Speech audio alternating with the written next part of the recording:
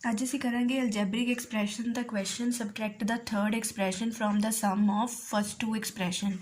ਇਹਦਾ first question ਅਸੀਂ solve ਕਰਾਂਗੇ 2ab plus bc minus cd। Second expression ਹੈਗਾ abc plus ab minus 2bc। Third expression ਹੈਗਾ minus 2bc plus 3ab। ਇਹ ਸਾਨੂੰ ਐਕਸਪ੍ਰੈਸ਼ਨ ਦਿੱਤਾ ਹੋਇਆ। ਹੁਣ ਪਹਿਲਾਂ ਕੀ ਕਿਹਾ ਹੋਇਆ ਕੁਐਸਚਨ ਦੇ ਵਿੱਚ, subtract the third expression from the sum of first two expression. ਸਭ ਤੋਂ ਪਹਿਲਾਂ ਅਸੀਂ sum of first two expressions ਕੱਢ ਲਈਏ। Sum of first two expressions ਕਿਹੜੇ ਨੇ? ਇਹ ਦੋਨੋਂ। ਤਾਂ ਪਹਿਲਾਂ ਆਪਾਂ ਫਸਟ ਐਕਸਪ੍ਰੈਸ਼ਨ ਲਿਖਾਂਗੇ 2ab plus bc minus cd।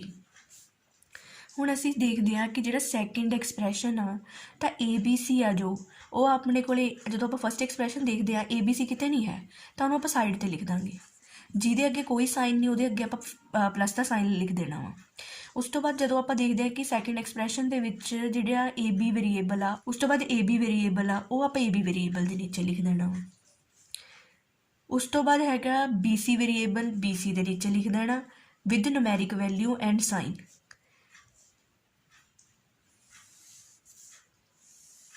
ਅੱਛਾ, ਜਿਹਦੇ ਮੂਹਰੇ ਕੁਛ ਵੀ ਨਹੀਂ ਲਿਖਿਆ ਹੋਇਆ ਉਹਦੇ ਮੂਹਰੇ ਆਪਾਂ ਨੇ 1 ਲਗਾ ਦੇਣਾ। ਅਲਜੈਬਰਿਕ ਐਕਸਪ੍ਰੈਸ਼ਨ ਦੀ ਵੀਡੀਓ ਬਣਾਈ ਹੋਈ ਉਹਦੇ ਵਿੱਚ ਇਹ ਐਡੀਸ਼ਨ ਐਂਡ ਸਬਟਰੈਕਸ਼ਨ ਬਹੁਤ ਚੰਗੀ ਤਰ੍ਹਾਂ ਐਕਸਪਲੇਨ ਕੀਤਾ ਹੋਇਆ ਵਾ, ਉੱਥੋਂ ਜਾ ਕੇ ਵੀ ਤੁਸੀਂ ਦੇਖ ਸਕਦੇ ਹੋ।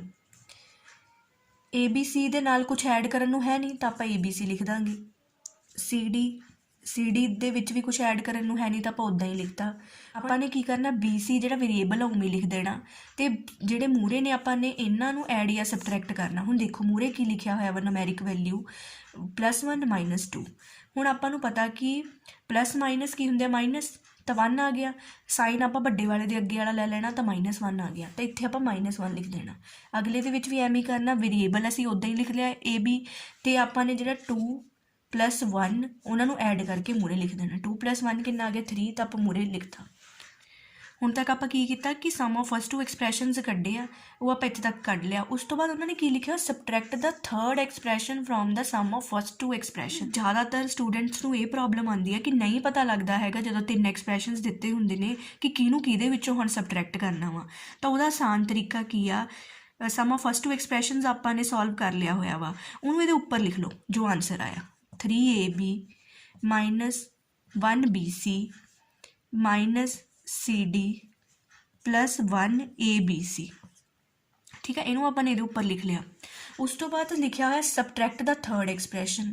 ਥਰਡ ਐਕਸਪ੍ਰੈਸ਼ਨ ਜੋ ਆ ਇਹਨੂੰ ਆਪਾਂ ਉੱਪਰ ਲਿਖ ਦਿੰਦੇ ਹਾਂ, 2bc + 3ab। ਠੀਕ ਆ, ਹੁਣ ਆਪਣੇ ਕੋਲੇ 2 ਐਕਸਪ੍ਰੈਸ਼ਨ ਆ ਗਏ। ਵਿਚਾਲੇ ਕੀ ਲਿਖਿਆ ਹੋਇਆ, ਫਰੋਮ। ਆਹ ਕੁਐਸਚਨ ਨੂੰ ਨਾ ਦੇਖੋ ਜਿਹੜਾ ਦਿੱਤਾ ਹੋਇਆ ਸੀ। ਹੁਣ ਆਪਣੇ ਕੋਲ ਕੁਐਸਚਨ ਕੀ ਬਣ ਗਿਆ, subtract -2bc + 3ab from 3ab - 1bc - cd + ab। ਹੁਣ ਆਪਣੇ ਕੋਲੇ ਕੁਐਸਚਨ ਇਹ ਬਣ ਗਿਆ। ਇਹ ਹਰ ਕੁਐਸਚਨ ਦੇ ਨਾਲ ਤੁਸੀਂ ਕਰ ਸਕਦੇ ਹੋ। ਤਾਂ ਆਪਾਂ ਹੁਣ ਸਿਰਫ ਇਹਨੂੰ ਹੀ ਦੇਖਣਾ। ਤਾਂ ਆਪਣੇ ਫਰੋਮ ਤੋਂ ਬਾਅਦ ਵਾਲੀ ਜੋ ਟਰਮ ਹੁੰਦੀ ਆ ਉਹਨੂੰ ਆਪਾਂ ਪਹਿਲਾਂ ਲਿਖਦੇ ਹਾਂ, ਤਾਂ ਉਹਨੂੰ ਆਪਾਂ ਪਹਿਲਾਂ ਲਿਖਾਂਗੇ 3ab - 1bc - cd, ਇਹਦੇ ਅੱਗੇ ਵੀ 1 ਲਗਾ ਲਓ, + 1 abc। ਫਰੋਮ ਤੋਂ ਬਾਅਦ ਵਾਲੀ ਟਰਮ ਆਪਾਂ ਪਹਿਲਾਂ ਲਿਖ ਲਈ। ਹੁਣ ਉਸ ਤੋਂ ਬਾਅਦ ਆਪਾਂ ਇਹ ਐਕਸਪ੍ਰੈਸ਼ਨ ਲਿਖਾਂਗੇ। ਹੁਣ ਆਪਾਂ ਲਾਈਕ ਟਰਮ ਨੂੰ ਲਾਈਕ ਟਰਮ ਦੇ ਨੀਚੇ ਲਿਖਾਂਗੇ, ਤਾਂ BC ਵਾਲੀ ਟਰਮ BC ਦੇ ਨੀਚੇ ਲਿਖ ਦਾਂਗੇ। ਆਹ ਸਾਡੇ ਕੋਲ BC ਆ ਗਿਆ। ਨੂਮੈਰਿਕ ਜਿਹੜੀ ਵੈਲਿਊ ਆ ਆਪਾਂ ਉੱਦਾਂ ਹੀ ਲਿਖਦੀ ਵਿਦ ਸਾਈਨ। ਸੈਕਿੰਡ ਹੈਗਾ +3ab, AB ਦੇ ਨੀਚੇ ਆਪਾਂ AB ਲਿਖਤਾ, ਅਤੇ 3ab ਆ ਤਾਂ ਨੂਮੈਰਿਕ ਟਰਮ ਆਪਾਂ ਨੇ ਉਵੇਂ ਹੀ ਲਿਖਤੀ। ਹੁਣ ਬਸ ਸਬਟਰੈਕਸ਼ਨ 'ਚ ਇਹ ਹੁੰਦਾ ਕਿ ਆਪਾਂ ਨੇ ਸਾਈਨ ਚੇਂਜ ਕਰਨੇ ਹੁੰਦੇ ਆ ਜੋ ਆਪਾਂ ਸੈਕਿੰਡ ਐਕਸਪ੍ਰੈਸ਼ਨ ਲਿਖਿਆ ਵਾ। ਹੁਣ ਆਪਾਂ ਸਾਈਨ ਚੇਂਜ ਕਰਦੇ ਹਾਂ। ਦੇਖੋ ਇਹਨਾਂ ਦੋਨਾਂ ਦਾ ਸਾਈਨ ਚੇਂਜ ਨਹੀਂ ਹੋਣਾ ਕਿਉਂਕਿ ਆਪਾਂ ਕੋਈ ਐਕਸਪ੍ਰੈਸ਼ਨ ਨਹੀਂ ਲਿਖਿਆ ਇਹਦੇ ਨੀਚੇ। ਮਾਈਨਸ ਸੀ ਤਾਂ ਪਲੱਸ ਹੋ ਗਿਆ। ਇੱਥੇ ਪਲੱਸ ਦਾ ਸਾਈਨ ਹੁੰਦਾ ਦੱਸਿਆ ਹੋਇਆ ਵੀ ਜਿਹਦੇ ਅੱਗੇ ਕੋਈ ਸਾਈਨ ਨਹੀਂ ਲਿਖਿਆ ਹੁੰਦਾ ਹੈਗਾ ਉਹਦੇ ਅੱਗੇ ਪਲੱਸ ਦਾ ਸਾਈਨ ਮੰਨ ਲੈਂਦੇ ਤਾਂ ਪਲੱਸ ਹੋ ਗਿਆ ਇਹਦਾ। ਅਤੇ ਪਰ ਕਿਉਂਕਿ ਹੁਣ ਆਪਾਂ ਸਾਈਨ ਚੇਂਜ ਕਰਨੇ ਤਾਂ ਆਪਾਂ ਨੈਗੇਟਿਵ ਲੈ ਲਿਆ। ਹੁਣ ਇਸ ਤੋਂ ਬਾਅਦ ਆਹ ਵਾਲੀਆਂ ਸਾਰੀਆਂ ਟਰਮਸ ਇੱਦਾਂ ਹੀ ਆ ਜਾਣਗੀਆਂ, +abc। 1 ਲਿਖਣਾ ਲਿਖ ਦਿਓ, ਨਹੀਂ ਲਿਖੋਗੇ ਤਾਂ ਵੀ ਠੀਕ ਆ, ਪਤਾ ਹੀ ਆ ਕਿ 1 ਨਹੀਂ ਹੁੰਦਾ, ਅਤੇ -cd। ਹੁਣ ਇਸ ਤੋਂ ਬਾਅਦ ਜੋ ਆਪਣੇ ਕੋਲ ਵੇਰੀਏਬਲ ਆ ਆਪਾਂ ਉਵੇਂ ਲਿਖ ਦਿੱਤਾ, ਅਤੇ ਆਪਣੇ ਕੋਲੇ ਜੋ ਅੱਗੇ ਵਾਲੀ ਨੂਮੈਰਿਕ ਵੈਲਿਊ ਆ ਸਿਰਫ ਉਹ ਅਸੀਂ ਸੋਲਵ ਕਰਨੀ ਆ। ਹੁਣ ਦੇਖੋ ਇਹਦੇ ਵਿੱਚ ਕੀ ਲਿਖਿਆ ਹੋਇਆ -1 + 2। ਹੁਣ ਤੁਸੀਂ ਕਹੋਗੇ +2 ਕਿਉਂ ਲਿਖਿਆ, ਕਿਉਂਕਿ ਆਪਾਂ ਸਾਈਨ ਚੇਂਜ ਕੀਤੇ, ਆਪਾਂ ਨਿਊ ਵਾਲਾ ਸਾਈਨ ਲੈਣਾ ਵਾ। ਪਲੱਸ ਮਾਈਨਸ ਮਾਈਨਸ ਹੁੰਦੇ ਆ ਤਾਂ 1 ਆ ਗਿਆ, ਵੱਡੇ ਦੇ ਮੂਹਰੇ ਵਾਲਾ ਸਾਈਨ ਲੱਗ ਗਿਆ ਤਾਂ ਇੱਥੇ ਕਿੰਨਾ ਆ ਗਿਆ 1 ਪਲੱਸ ਦਾ। ਹੁਣ ਇਹਦੇ ਵਿੱਚ ਦੇਖੋ ਹੁਣ ਅਸੀਂ ਕੀ ਕਰਨਾ ਵੀ ਵੇਰੀਏਬਲ ਉਵੇਂ ਲਿਖਤਾ, ਨੂਮੈਰਿਕ ਵੈਲਿਊ ਅਸੀਂ ਸੋਲਵ ਕਰਦੇ ਹਾਂ। 3 - 3 ਕਿੰਨਾ ਆ ਗਿਆ 0, ਅਤੇ ਇਹਦੇ ਮੂਹਰੇ ਆ ਗਿਆ 0। ਹੁਣ ਇਹਨੂੰ ਤੁਸੀਂ 0AB ਨਾ ਲਿਖ ਕੇ ਆਪਾਂ ਇਹਨੂੰ ਹੋਰ ਕਿੱਦਾਂ ਲਿਖ ਸਕਦੇ ਆ ਐਕਸਪ੍ਰੈਸ਼ਨ ਨੂੰ, ਔਰ ਅਸੀਂ ਇੱਦਾਂ ਵੀ ਲਿਖ ਸਕਦੇ ਹਾਂ BC - CD + ABC। ਤਾਂ ਇਹ ਸਾਡਾ ਆਨਸਰ ਆ ਗਿਆ।